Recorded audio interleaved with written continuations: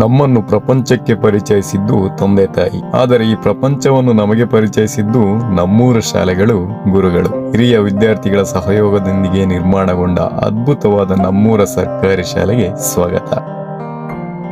ದೇಶಕ್ಕೆ ಯೋಧ, ನಾಡಿಗೆ ರೈತ, ಬಾಳಿಗೆ ಗುರು ಒಬ್ಬ ತಾನೆ.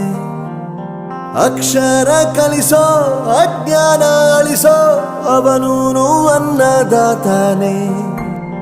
ತಪ್ಪು ಸರಿಯ ತಿದ್ದಿ ತಿಳಿ ಹೇಳಿ ಸಮಬುದ್ಧಿ ನಮ್ಮ ಚಿತ್ತ ಶುದ್ಧಿಯಾಗೋ ಹಾದಿ.